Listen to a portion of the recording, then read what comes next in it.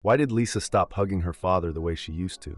He hadn't done anything obviously wrong, but over time, something shifted. She started sitting farther away, ending phone calls sooner, not because she didn't care, but because something in him had quietly changed.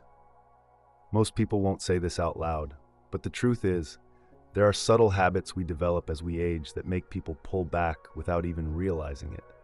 Not because we're old, but because of how we show up in the world while growing older. And if no one tells us, we keep wondering why we feel more alone, less respected, or quietly disconnected. But here's the truth. These behaviors can be seen, they can be shifted, and with just a little more awareness, we can age not with distance, but with dignity. So in this video, we'll explore 6 of the most common habits that quietly erode connection and how to gently reverse them. If you've ever felt a growing silence from people you love, this might be the missing piece. Stay with us till the end, because what you'll uncover could change how others respond to you starting today. When self-care speaks louder than words. As we get older, some habits we used to do without thinking start to slip away. Brushing our hair, putting on a clean shirt, trimming our nails, not because we don't care, but because we're tired. Or we think, what's the point? But here's the quiet truth. Other people can feel it when we stop taking care of ourselves. They may not say anything, but they visit less, sit farther away, hug a little shorter. It's not because they love us less. It's because we may be sending a silent message. I've let go of myself a little. The good news? We can change that starting small. You don't need fancy clothes. You don't need to look young. You just need to show up with care. Try this. Put on a clean shirt every morning. Brush your hair. Trim your nails each week. Wash your face with warm water. Drink a glass of water when you wake up. Each small act quietly says, I still care about me. I still respect myself. And when we treat ourselves with care, others naturally respond with kindness, respect, and closeness. Because self-care is not about looking good. It's about showing up. It's about letting your body know, thank you for staying with me. So tomorrow, start with something small. Brush your hair slowly. Change your shirt. Drink that water. And if this message speaks to you, leave a comment with the words, I'm still here. Because you are, and that matters more than you know. Speaking with care. As we get older, many of us start speaking more freely. We say what's on our mind sometimes without thinking. We might believe, I've lived long enough, I've earned the right to say it like it is. And yes, your voice matters, your life experience matters. But sometimes without realizing it, our words can hurt. Not because we mean to, but because we're not stopping to ask, is this helpful? Is this kind? Here's the truth. What we say reflects what we've been thinking, watching, and feeling inside. If we take in negative things, anger, blame, complaints, those are the things we're more likely to say. But if we fill our minds with good things like patience, gratitude, kindness, then our words become softer, warmer, and more helpful. And here's something beautiful to try. Talk about the good others have done for you. Share moments when someone helped you or lifted your spirits. Spread stories that bring hope. That's how we plant seeds of trust and love. We believe you've already done this probably many times.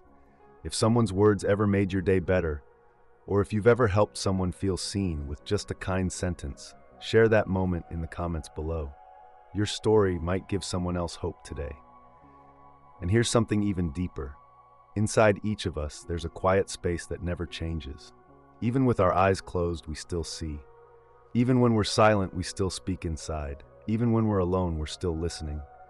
That quiet awareness, that part of us that sees, hears, and knows is the most honest part of who we are. It doesn't age. It doesn't fade. It just watches gently. So next time you want to speak, pause. Take a breath. Speak from that quiet place inside, the part that cares, the part that remembers love. Because speaking kindly isn't just about good manners. It's how we stay close to the people who matter, and it's how we stay close to ourselves. If this message speaks to your heart, comment too, because kind words make everything softer and stronger, wearing clothes that don't fit anymore. Let's think about this. The way we treat ourselves teaches others how to treat us. If we show up looking messy, tired, or like we don't care, people might think we've given up, even if we haven't. But when we dress with care, clean clothes, brushed hair, good posture, we send a quiet message. I still respect myself and I respect you too. And people feel that. They listen more. They smile more. They want to be around us because we're bringing good energy. You don't need to wear expensive clothes. You just need to look clean, neat, and proud of who you are.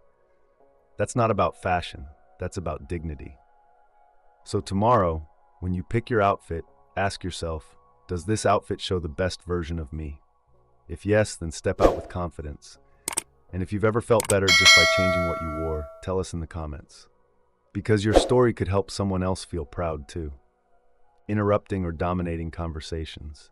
We've lived through enough to know a thing or two. We've seen patterns repeat. We've earned wisdom, and we want to share it.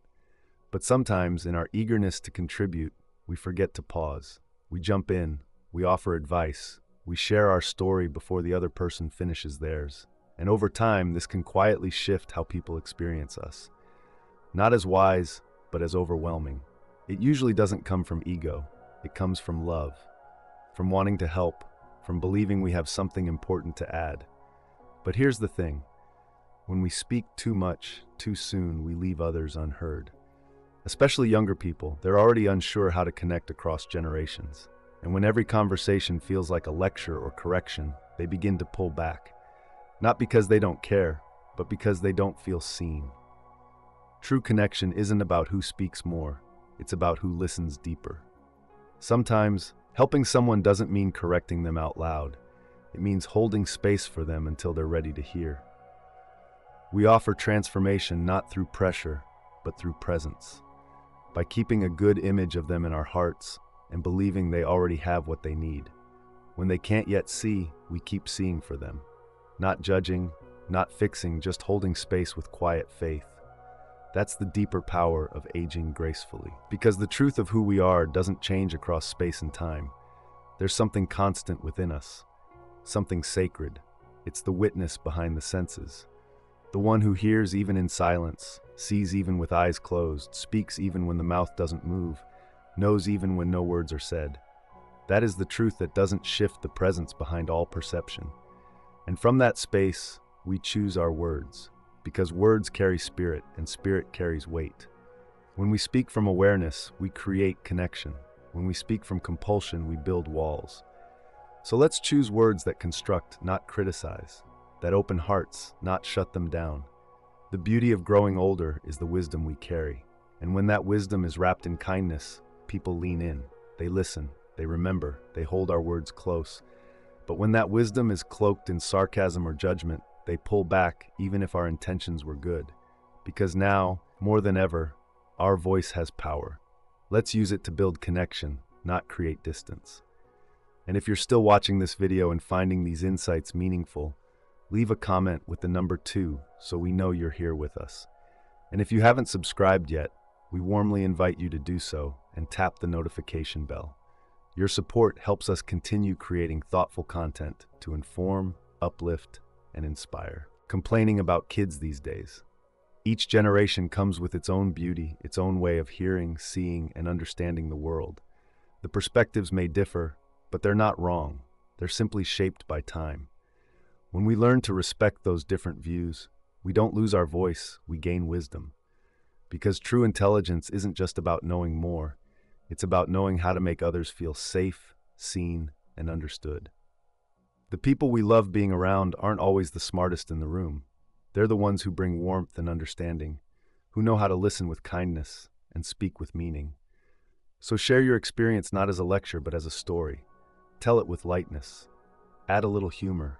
Let it land gently. Wrap your lessons in moments, not in moralizing, because your story might save someone years of trial and error. Your insight might help a young person see the road ahead a little clearer.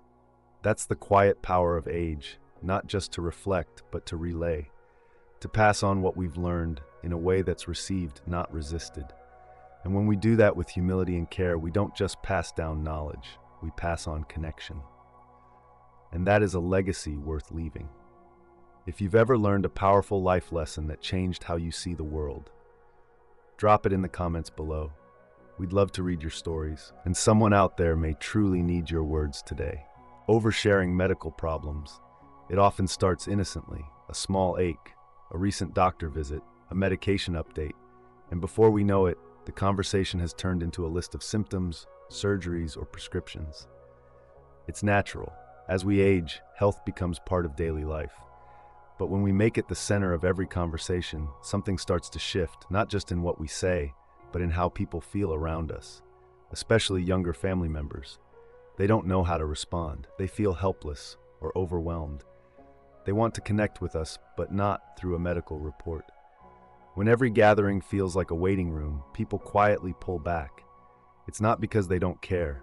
It's because they're looking for more of you, your presence, your stories, your laughter, than your diagnosis. And here's the deeper truth. Yes, we all have challenges, but we are not our problems. When we let our health define every moment, we shrink our identity. We forget that we're still storytellers, still teachers, still living.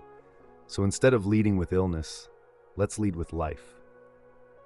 Talk about the book that moved you, the tree that's blooming outside your window, the memory that made you laugh this morning. Let health be a part of the story, not the whole story. This isn't about hiding our struggles. It's about balancing them with joy. And while we're on this topic, do you know what happens when you take care of your health proactively? You save money more than you realize. You reduce stress on your family, on the healthcare system, on society. You contribute simply by staying well. Your strength is a gift not just to you, but to everyone around you. Because no matter how expensive your car is, how tall your house stands, how much money sits in your account, none of it means much if you don't have your health. Your true wealth is your energy, your presence, your ability to live each day fully. And let's not fear the word illness. In its essence, illness is simply the body signaling that something is out of balance, a shift in structure, a change in function, a result of habits, many of them unconscious. It is not punishment, it is a message. And that message says, it's time to love yourself more, to pause, to listen, to care not from guilt, but from gentleness. So please take charge of your well-being, not from fear, but from love, not to impress, but to protect what truly matters. And if you found small habits that help you stay healthy, share them in the comments. Someone else might need your wisdom today. Aging isn't about fading, it's about refining. It's not a decline, but a deeper unfolding. Throughout this journey, we've looked gently into the habits that, if left unnoticed, can quietly create distance, but when brought into the light, become powerful opportunities for reconnection. Because dignity is not something we preserve by clinging to the past. It's something we practice by showing up to the present, with self-respect, softness, and awareness. Every little shift, how we dress, how we speak, how we listen, isn't just about others. It's about coming home to a version of ourselves that's more intentional, more grounded, and more magnetic. And that's the real heart of aging gracefully, not avoiding change, but becoming even more ourselves through it. So as you walk forward, carry these reminders not as burdens, but as quiet tools for presence. Let them guide you not out of fear, but out of care for how your spirit touches the lives around you. You still have so much to give, your wisdom, your energy, your unique voice, and you are never too old to choose grace.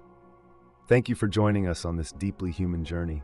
We'd love to hear your thoughts. Leave a comment below and share one insight you're taking with you, and how it might ripple into your life starting today. If this video gave you something meaningful, a new way to reflect, a moment of truth, or simply a gentle nudge, please like, subscribe, and share it with someone who might need this too. Your presence here helps us keep doing what we love, creating honest, healing content that honors the fullness of being alive at every age. Until next time, take care of your spirit, take care of your voice, take care of the legacy you live every day. We'll see you again soon.